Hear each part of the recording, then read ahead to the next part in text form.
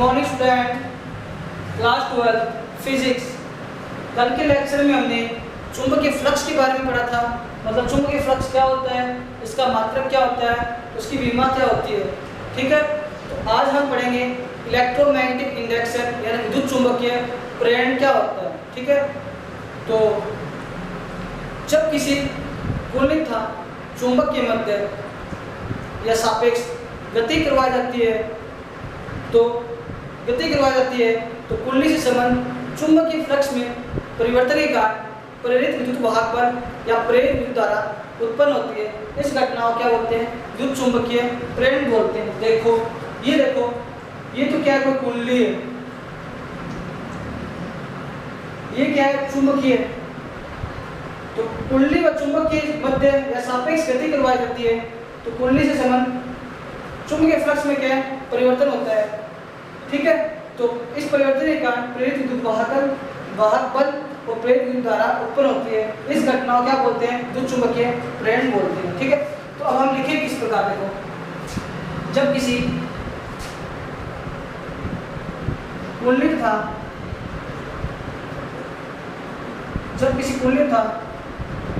चुंबक के मध्य सापेक्ष गति करवाई जाती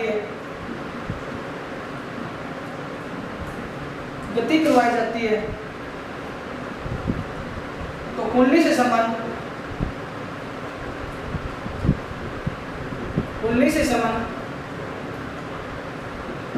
चुंबकीय फ्लक्स में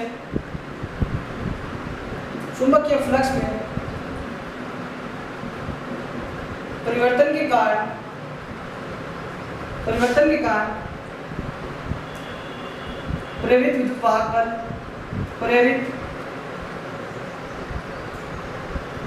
प्रेरित विद्युत वाहक बल व प्रेरित विद्युत धारा उत्पन्न होती है। प्रेरित विद्युत धारा उत्पन्न होती है।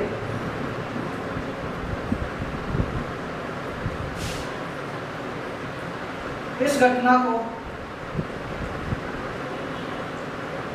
विद्युत चुंबकीय प्रेरण कहते हैं। विद्युत चुंबकीय प्रेरण कहते हैं।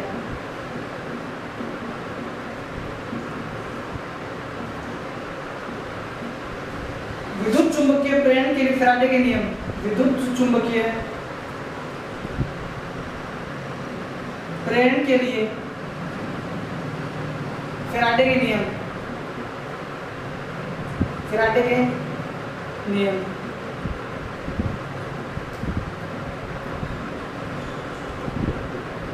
सबसे पहले हमने क्या लिखा है, विद्युत चुंबकीय प्रेरण क्या होता है।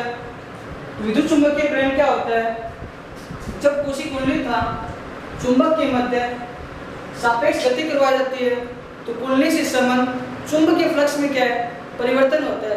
इस घटना को चुंबकीय फ्लक्स में परिवर्तन के कारण विद्युत वाहक बल या प्रेरित विद्युत धारा उत्पन्न होती है। इस घटना को क्या बोलते हैं, विद्युत चुंबकीय प्रेरण यानी इलेक्ट्रोमैग्नेटिक इंडक्शन बोलते हैं। तो विद्युत चुंबकीय प्रेरण के लिए फैराडे के नियम। तो फैराडे का नियम क्या होता है विद्युत चुंबकीय प्रेरण के लिए, देखो, ये क्या है, कोई कुंडली है, ये गेन है, ये एन है और ये एस है। ठीक है, ये कुंडली है, ये चुंबक है। ये चुंबक क्या है, स्थिर है। जब किसी कुंडली था चुंबक के मध्य गति करवाई जाती है, तो धारामापी में क्या है, कोई विक्षेप उत्पन्न नहीं होता है। तो इसमें क्या लिखेंगे, ये फर्स्ट है विद्युत चुंबकीय फैराडे के लिए फर्स्ट नियम। ये कुंडली है, ये चुंबक है। जब किसी कुंडली और चुंबक के मध्य कोई गति नहीं करवाई जाती है, तो धारामापी में कोई विक्षेप प्राप्त नहीं होगा। जब कोई कुंडली था चुंबक के मध्य, जब किसी कुंडली था चुंबक के मध्य गति नहीं करवाई जाती है, मध्य गति नहीं करवाई जाती है, गति नहीं करवाई जाती है, तो धारामापी में विक्षेप नहीं होता है, तो धारामापी में कोई विक्षेप नहीं होता है।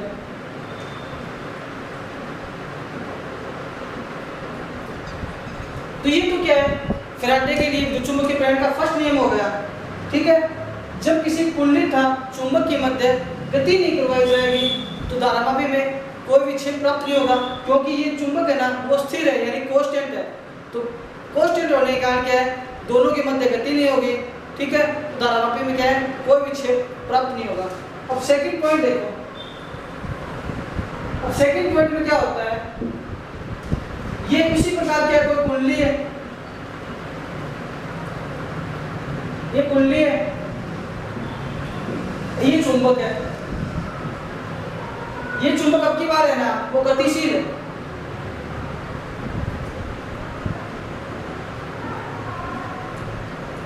ठीक है, जब चुंबक का n ध्रुव कुंडली की क्या है नजदीक लाया जाता है या पास लाया जाता है, तो धारामापी में क्या है, विक्षेप दक्षिणावर्त प्राप्त होता है, जिससे धारा की दिशा क्या है, वामावर्त दिशा में होगी। जब कुंडली का n ध्रुव, जब कुंडली का n ध्रुव, जब चुंबक का n ध्रुव, नहीं कुंडली का नहीं, जब चुंबक का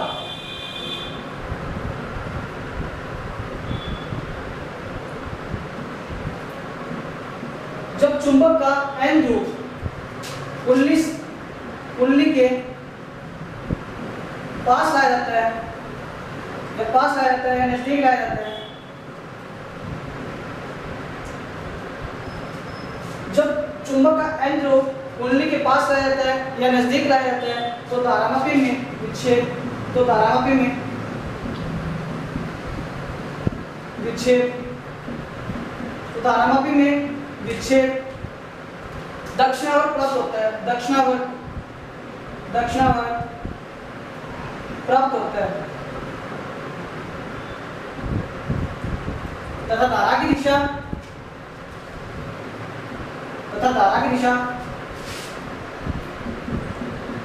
वामावर्त होगी,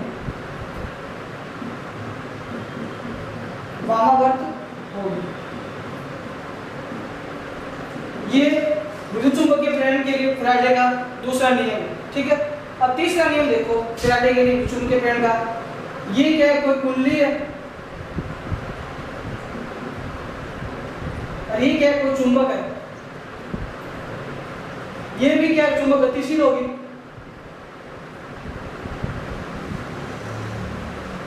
तो इसका n ध्रुव इस प्रकार, अब की बार क्या है, इसकी डायरेक्शन चेंज कर दी मैंने। जब चुंबक का n ध्रुव कुंडली से क्या है, दूर ले जाया जाता है, तो धारामापी में विक्षेप क्या है, वामावर्त प्राप्त होगा। ठीक है, तो धारा की दिशा क्या होगी, दक्षिणावर्त होगी। जब कुंडली का n ध्रुव, जब चुंबक का n ध्रुव, जब चुंबक का n ध्रुव, जब चुंबक का n ध्रुव कुंडली से दूर ले जाया जाता है,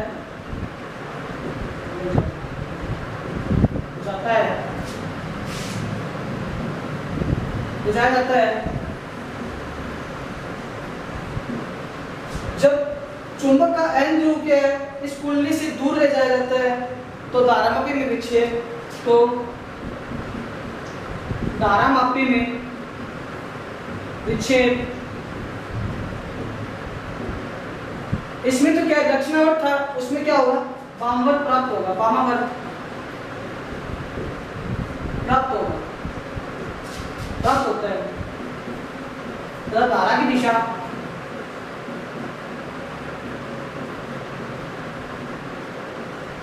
धारा की दिशा दक्षिणावर्त होगी। तो सबसे पहले मैंने क्या लिखा, विद्युत चुंबकीय प्रेरण क्या होता है। तो विद्युत चुंबकीय प्रेरण वापस रिपीट कर रहा हूं, जब कुंडली को चुंबक के मध्य या सापेक्ष गति करवाई जाती है, तो उसमें क्या है, कुंडली से संबंध चुंबकीय फ्लक्स में परिवर्तन के कारण प्रेरित विद्युत वाहक बल और प्रेरित धारा क्या उत्पन्न होती है। इस घटना को क्या विद्युत चुंबकीय प्रेरण या इलेक्ट्रोमैग्नेटिक इंडक्शन बोलते हैं। तो अब हम पढ़ेंगे विद्युत चुंबकीय प्रेरण के लिए फैराडे का नियम। तो फैराडे के फर्स्ट नियम में क्या है, चुंबक को क्या है कांस्टेंट रखेंगे, तो चुंबक को कुंडली के मध्य गति करवाई जाएगी, तो कोई गति नहीं होगी स्थिर रखेंगे तो जिससे क्या है धारावाही में कोई विक्षेप नहीं होगा। और सेकंड क्या है फैराडे का नियम, तो कुंडली अब की बार चुंबक को क्या है गतिशील रखेंगे, तो जिसका कुंडली का एंड जो क्या है कुंडली के पास आ जाता है, तो धारावाही में विक्षेप उत्पन्न होगा, वो विक्षेप क्या दक्षिणावर्त होगा, तो धारा की दिशा क्या होगी वामावर्त होगी। और अगली कुंडली में क्या होगा, जब कुंडली का एंड जो कुंडली से क्या दूर ले जाया जाता है चुंबक का एंड कुंडली से, तो धारावाही में विक्षेप वामावर्त होगा और धारा की दिशा क्या होगी दक्षिणावर्त होगी। ठीक है, अब इस सब चीज से क्या है निष्कर्ष क्या निकलता है वो देखो। फैराडे के नियम से यह सिद्ध होता है कि जब कुंडली के चुंबकीय फ्लक्स में परिवर्तन होता है, तो कुंडली में प्रेरित विद्युत वाहक बल और प्रेरित विद्युत वाहक उत्पन्न होता है, जिसका प्रेरित धारा उत्पन्न होती है। तो लास्ट में क्या लिखेंगे निष्कर्ष। एक बार मैं क्या है इसको इरेज कर रहा हूँ, आपको समझ में आ गया होगा।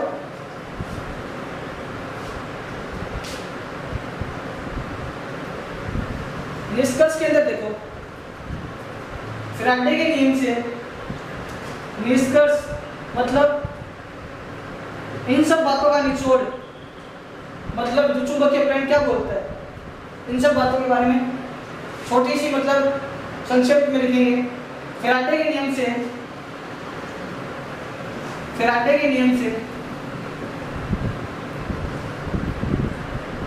यह सिद्ध होता है कि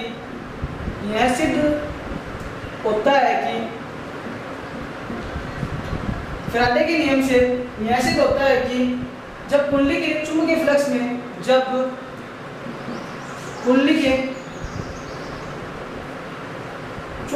में चुंबकीय फ्लक्स में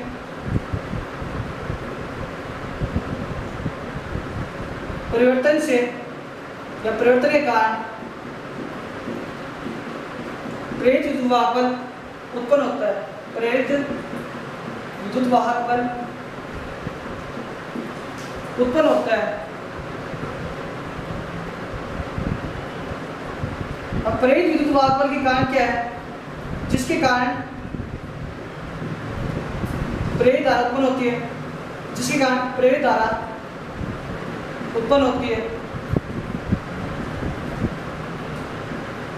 मतलब इन सब बातों का निचोड़ ये कहना चाह रहा है कि ये विद्युत प्रेरण में ये बोलना चाह रहा है कि फैराडे के नियम से यह सिद्ध होता है कि कुंडली में जब चुंबकीय फ्लक्स में परिवर्तन के कारण क्या है, अगर चुंबकीय फ्लक्स में परिवर्तन के कारण तो क्या है प्रेरित विद्युत वाहक बल उत्पन्न होगा, और प्रेरित विद्युत वाहक बल उत्पन्न हो गया है तो जिसके कारण क्या होगा वो धारा भी क्या है उत्पन्न होगी। ये क्या है फैराडे का नियम। ठीक है, तो आज हमने क्या पढ़ा है विद्युत चुंबकीय प्रेरण और विद्युत चुंबकीय प्रेरण के लिए फैराडे के नियम।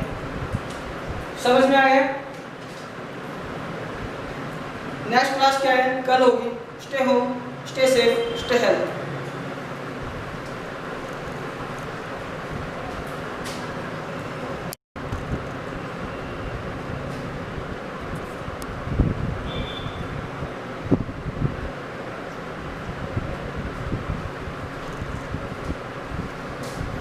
Good morning student, class 12 physics. कल के लेक्चर में हमने पढ़ा था विद्युत चुंबकीय प्रेरण और विद्युत चुंबकीय प्रेरण के लिए फैराडे के नियम। तो आज हम पढ़ने जा रहे हैं Faraday's law electromagnetic induction law, यानी Faraday's law electromagnetic induction law, यानी विद्युत चुंबकीय प्रेरण के लिए फैराडे के नियम। तो फैराडे का फर्स्ट लॉ क्या होता है, तो प्रथम नियम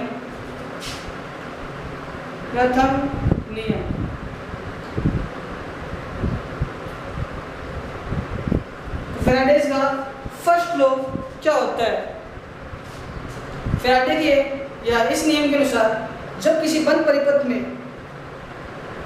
चुंबकीय फ्लक्स में परिवर्तन चुंबकीय फ्लक्स में परिवर्तन के कारण प्रेरित विद्युत वाहक बल व धारा जब तक उत्पन्न होते हैं जब तक कि चुंबकीय फ्लक्स में परिवर्तन होता है। मतलब फेराडेस लॉ क्या कहना चाह रहा है, जब तक कि बंद परिपथ में समान चुंबकीय फ्लक्स में परिवर्तन के कारण के प्रेरित विद्युत वाहक बल व धारा जब तक उत्पन्न होते हैं जब तक कि चुंबकीय फ्लक्स में परिवर्तन होता है। ठीक है, तो फेराडेस फर्स्ट लॉ देखो, प्रथम नियम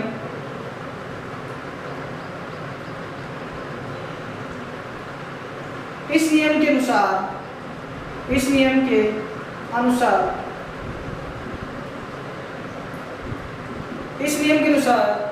जब किसी बंद परिपथ में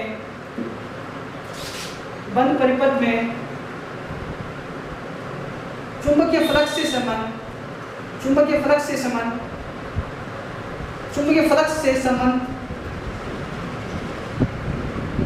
परिवर्तन होता है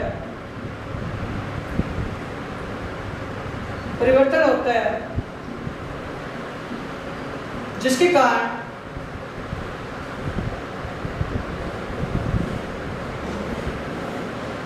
कारण विद्युत वाहक बल व धारा की दिशा में जब तक उत्पन्न होती है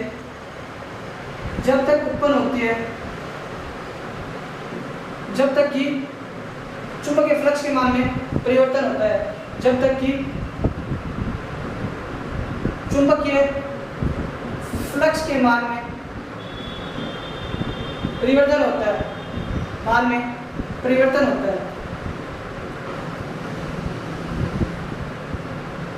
ये तो क्या है, फेराडेस फर्स्ट लॉ है।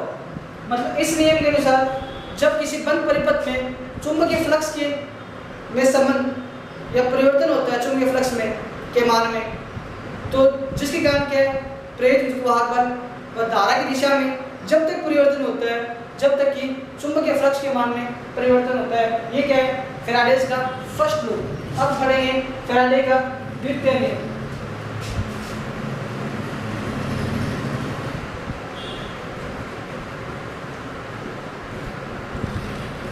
फेराडे के द्वितीय नियम के अनुसार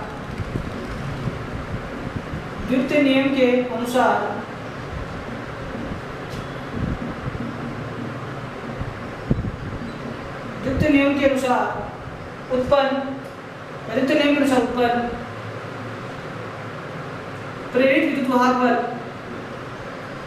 प्रेरित विद्युत वाहक बल का मान उत्पन्न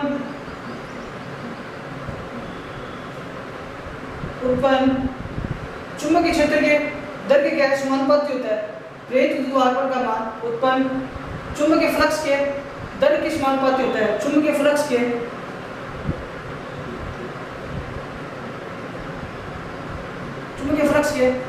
दर के समानुपाती होता है।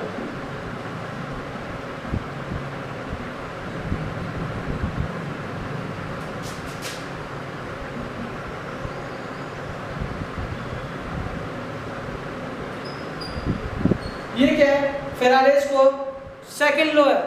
तो इस नियम के अनुसार या फेराडे के द्वितीय नियम के अनुसार जब किसी चुंबकीय फ्लक्स में परिवर्तन की दर के क्या समानुपाती होता है, यानी फेराडेस के द्वितीय नियम के अनुसार उत्पन्न प्रेरित विद्युत वाहक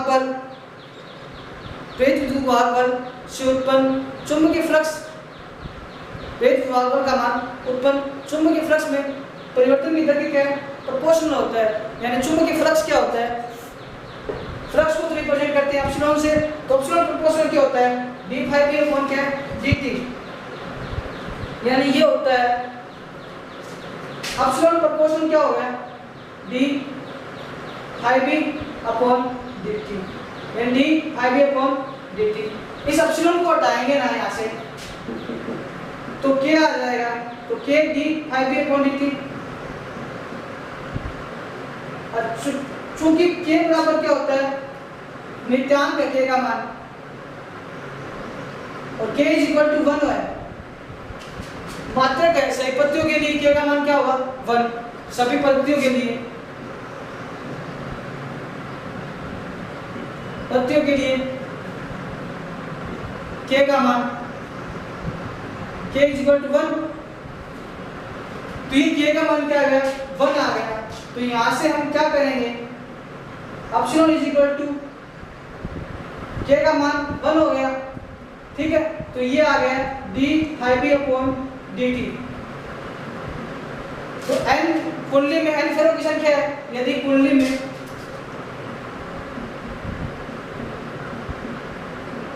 फेरों की संख्या n हो, फेरों की संख्या n हो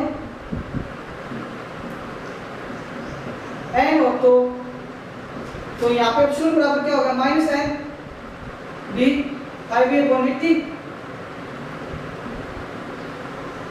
यहाँ नेगेटिव चिन्ह यह प्रदर्शित करता है कि कुंडली में प्रेरित विद्युद्वाहकन या कुंडली में क्या है प्रेरित विद्युद्वाहकन का विरोध करता है, जिसके कारण इसकी उत्पत्ति हुई है। यहाँ नेगेटिव चिन्ह यह प्रदर्शित करता है कि प्रेरित विद्युद्वाहकन के मान का क्या विरोध करता है, जिसके कारण क्या इसकी उत्पत्ति हुई है।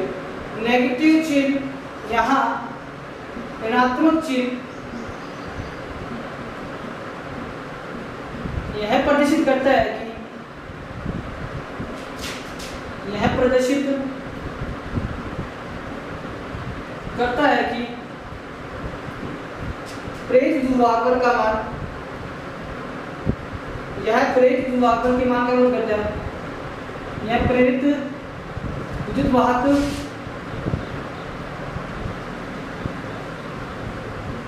प्रेरित विद्युद्वाहकन के मान का विरोध करता है, मान का विरोध करता है।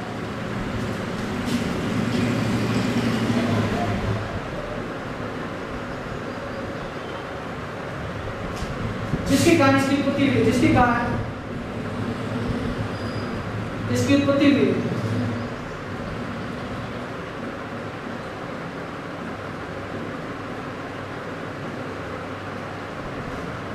ये देखो यहाँ नेगेटिव चिन्ह यह प्रदर्शित करता है कि प्रेरित विद्युद्वाहकन का मान का विरोध करता है, जिसके कारण क्या है इसकी उत्पत्ति हुई, मतलब ये जनरेट हुआ।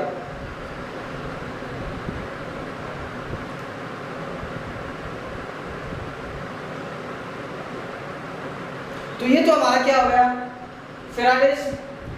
फैराडेज इलेक्ट्रोमैग्नेटिक इंडक्शन लॉ, यानी फैराडे का फर्स्ट लॉ, ये फैराडे का सेकंड लॉ। तो फैराडे के सेकंड लॉ में नेगेटिव चिन्ह है जो हमने वैल्यू निकाली है, तो नेगेटिव चिन्ह यह प्रदर्शित करता है कि प्रेरित विद्युद्वाहकन के मान का क्या है विरोध करता है, जिसके कारण क्या है इसकी उत्पत्ति हुई। ये क्या है फैराडे के दोनों नियम आ गए। चुंबकीय फ्लक्स में परिवर्तन निम्न प्रकार से किया जा सकता है, ठीक है।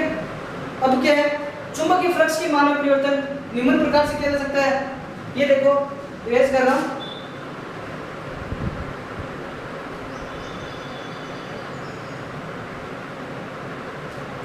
चुंबकीय फ्लक्स में परिवर्तन क्या है निम्न प्रकार से किया जाता है।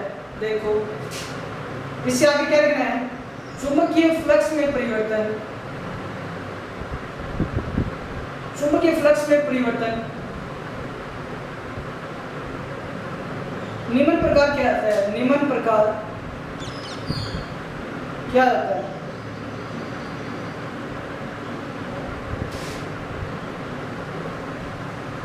तो सबसे पहले हमने क्या पढ़ा था फैराडे का फर्स्ट लॉ, तो फर्स्ट लॉ और इसके बाद में फैराडे का सेकंड लॉ। तो फैराडे का सेकंड लॉ पढ़ लिया, तो फैराडे के दो नियम हो गए। तो अब हम पढ़ेंगे चुंबकीय फ्लक्स में परिवर्तन के कारण परिवर्तन किस प्रकार किया जाता है, मतलब चुंबकीय फ्लक्स में परिवर्तन निम्न प्रकार से किया जाता है। तो फर्स्ट तो क्या होते हैं चुंबकीय क्षेत्र B के मान को परिवर्तित करके, मतलब चुंबकीय क्षेत्र